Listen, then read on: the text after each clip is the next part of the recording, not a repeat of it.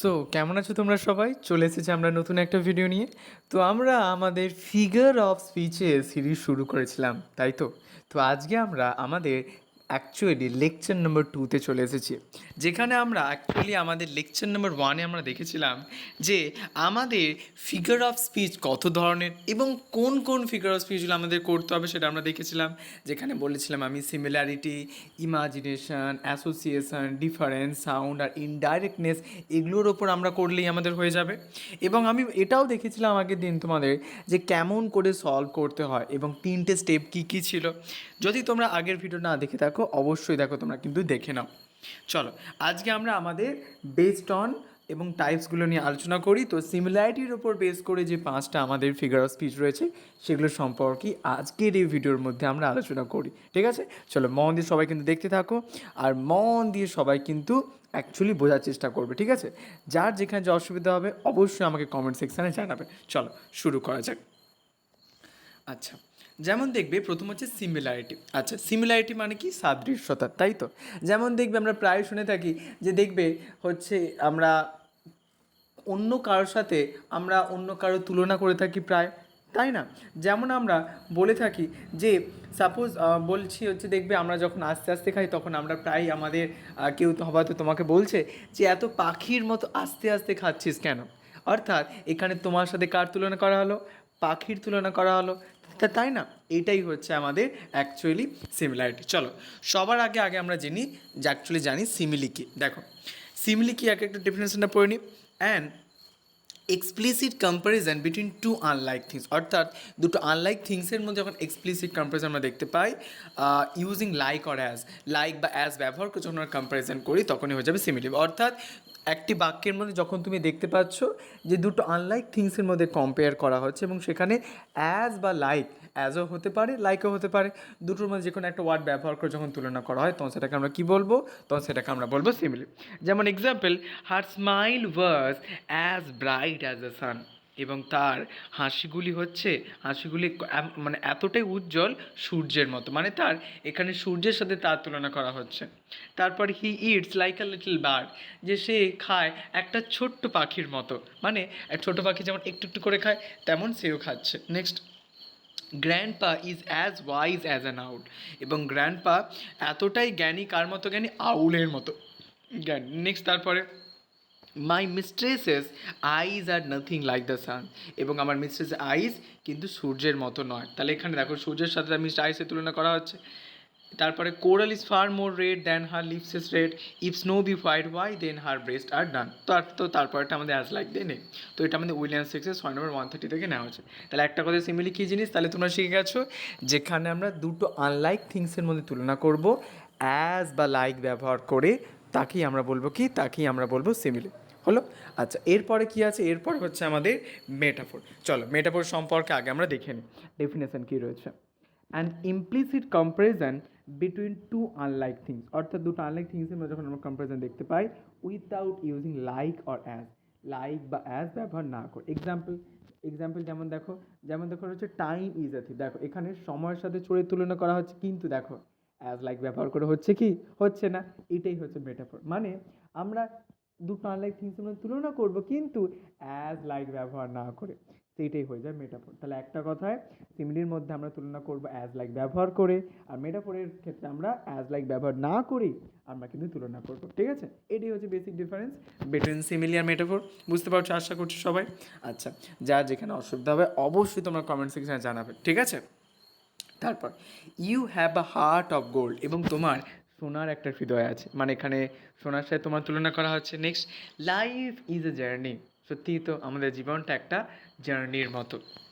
The world is a stage, William Shakespeare গুরুত্বপূর্ণ একটা line, যে আমাদের এই বিশ্বভুবন হচ্ছে একটা স্টেজের মতো। Next, you are a night owl, এবং তুমি হচ্ছ একটা night owl. Next, love is a battle field, লাভ হচ্ছে একটা যুদ্ধক্ষেত্র। ওকে, এবং তারপরে দেখো আমি সাপোজ রোমিও অ্যান্ড জুলিয়েট থেকে অ্যাক্ট টু সিন 2 থেকে নেওয়া আছে একটা মেটাফোর।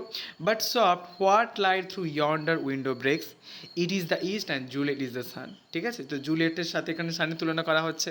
তাহলে দেখো এটা হচ্ছে মেটাফোর, কিন্তু অ্যাজ লাইক ব্যবহার করে করছি কি? আমরা করছি না, ঠিক আছে? আচ্ছা, এরপরে তোমাদের রয়েছে অ্যালিগরি, ঠিক আছে? আচ্ছা, বাকি যে তিনটে আছে আমাদের অ্যালিগরি, তারপরে প্যারাবল, ফেবল, এগুলো মন দিয়ে দেখো, শোনো দেখো কী কী রয়েছে। আচ্ছা, ফার্স্ট হচ্ছে অ্যালিগরি। অ্যালিগরিতে কী definition? An allegory is a story. তো অ্যালিগরি হচ্ছে একটা গল্প বা একটা প্লে বা একটা picture that has a hidden or deeper meaning, usually teaching a moral, religious or political lesson. In an allegory, the characters and events stand for bigger abstract ideas. যেমন suppose একটা example আমি বলছি। আচ্ছা, তোমরা সবাই pulse chocolate খেয়েছো? খেয়েছো তো? যারা যারা খেয়েছো কমেন্ট একটু জানিয়ে দাও। আচ্ছা, তো পালস চকলেট যে খেয়েছো, দেখবে পালস চকলেটের বাইরে একটা বেশ একটা ম্যাঙ্গো ফ্লেভার পাই, আর ভিতরে একটু আমরা হজমোলার ফ্লেভার পাই, তাই না? তো দুটো ফ্লেভার পাই। তেমনই হচ্ছে আমাদের অ্যালিগরি। অ্যালিগরির বাইরে থেকে দেখলে একটা মানে, ভেতরে গেলে আর একটা মানে, অর্থাৎ ডাবল মিনিং থাকে, ঠিক আছে? সেটাই হচ্ছে অ্যালিগরি। অর্থাৎ allegory is just like a pulse chocolate. Okay, মনে রাখবে তোমরা কিন্তু সবাই। তাহলে বাইরে থেকে দেখলে মনে হবে যে এটা তো বাচ্চাদের গল্প, কিন্তু তুমি যদি মন দিয়ে পড়ো তাহলে একটা গভীর মরাল লেসন তুমি কিন্তু ইজিলি জানতে পারবে, ঠিক আছে? তো সেটা হচ্ছে অ্যালিগরি হলো। যেমন example, animal farm George or একটা গুরুত্বপূর্ণ স্টোরি, যেখানে একটা ফার্ম অ্যানিম্যালসের কথা আমরা জানতে পারছি, যেখানে এটা অ্যালিগরি করছে রাশিয়ান রেভলিউশন এবং রাইজ অফ কমিউনিজমকে এখানে ফুটিয়ে তোলা হচ্ছে। তারপরে রয়েছে দ্য টর্টয়েজ অ্যান্ড হিয়ার, সেই টর্টয়েজ এবং হিয়ারের গল্প, টু ফ্রেন্ডস অ্যান্ড বিয়ারের গল্প আমি পড়েছিলাম না?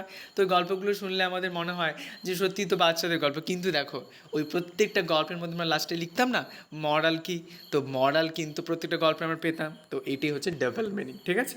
So the tortoise and the hare, যেখানে simple that teaches a moral lesson about hard work, winning over pride and over confidence, ঠিক আছে?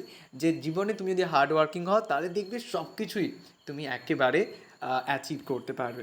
তারপর দেখো আমাদের রয়েছে প্যারাবল আর ফেবল। আচ্ছা দেখো, প্যারাবল কি definition? A parable is a short simple story that teaches a moral, religious or spiritual truth. তাহলে প্যারাবল হচ্ছে আমার একটা ছোটো গল্প, সিম্পল গল্প, যেটা আমাদের মরাল বা রিলিজিয়াস বা স্পিরিচুয়াল ট্রুথ আমাদেরকে শেখায়।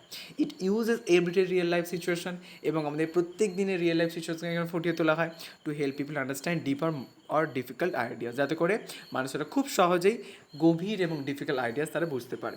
তারপর হচ্ছে ফেবল। আচ্ছা, ফেবল মানে একটু ভাববে যে এখানে একটু কাল্পনিক ক্ষমতা আমাদেরকে লাগাতে হবে, মানে কাল্পনিক জগতে অনেকটা। যেমন ডেফিনেশন কি? A fable is a short story. Fable হচ্ছে একটা ছোট্ট গল্প that teaches a moral lesson, এবং যেটা একটা মরাল লেসন শিখিয়ে থাকে। Often using talking animals as character, এবং যেখানে আমরা দেখতে পাই অ্যানিমালরা তার মানুষের মতোই কথা বলছে। It can also mean a false story or myth, একটা ফলস স্টোরি মিথকে এখানে অ্যাকচুয়ালি ফুটিয়ে তোলে। এক্সাম্পল যেমন দেখো রয়েছে the tortoise and the hare teaches that slow and steady wins the race. তো আমাদের টর্টয়েজ এবং হেয়ারের গল্প কী শেখায়? যে স্লো এবং স্টেডি একমাত্র যে আমাদের রেসটা জিতবে। তারপরে the fox and the grapes teaches that it is easy to dislike what you can not get. তোমার কাছে যেটা নেই সেটাকে তুমি অবশ্যই ডিসলাইক করতে পারো সহজেই, এটা আমাদের শেখায়। তারপরে আমাদের পঞ্চতন্ত্র যে রয়েছে, অ্যানসিয়েন্ট ইন্ডিয়ান আমাদের animal stories that share wise life lessons, ঠিক আছে? তো এইগুলো হচ্ছে আমাদের ফেবল, ঠিক আছে? তো তোমাদের পরীক্ষার জন্য যেটা নর্মালি গুরুত্বপূর্ণ সেটা হচ্ছে সিমিলিয়ার ফেবল, এই সিমিলারিটি থেকে আমাদের সিমিলিয়ার মেটাফোর, এই দুটো ভালোভাবে তোমরা একটু করে রাখবে, আর অ্যালগোরিটা হালকা করে একটু দেখে রাখবে, ঠিক আছে? বুঝতে পারছো তোমরা সবাই? চলো এবার আমি কিছু তাহলে প্র্যাকটিস দিই, দেখি তাহলে তোমরা তাড়াতাড়ি কমেন্ট সেকশনে জানিয়ে দাও, দেখি কে আমাদের উইনার হতে পারে, ঠিক আছে? উইনার অফ দ্য ডে কে হয় দেখা যাক, ঠিক আছে? তার আমি কমেন্টে পিন করে দেবো সবার আগে। চলো প্র্যাকটিস। যেমন দেখো ফার্স্ট আমি দিয়েছি, O my love's like a red red rose, from a red red rose by Robert Burns থেকে নেওয়া আছে। বলবে তোমরা এটা কিসের এক্সাম্পল, সিমিলি না মেটাফোর? ঠিক আছে, বলবে তোমরা।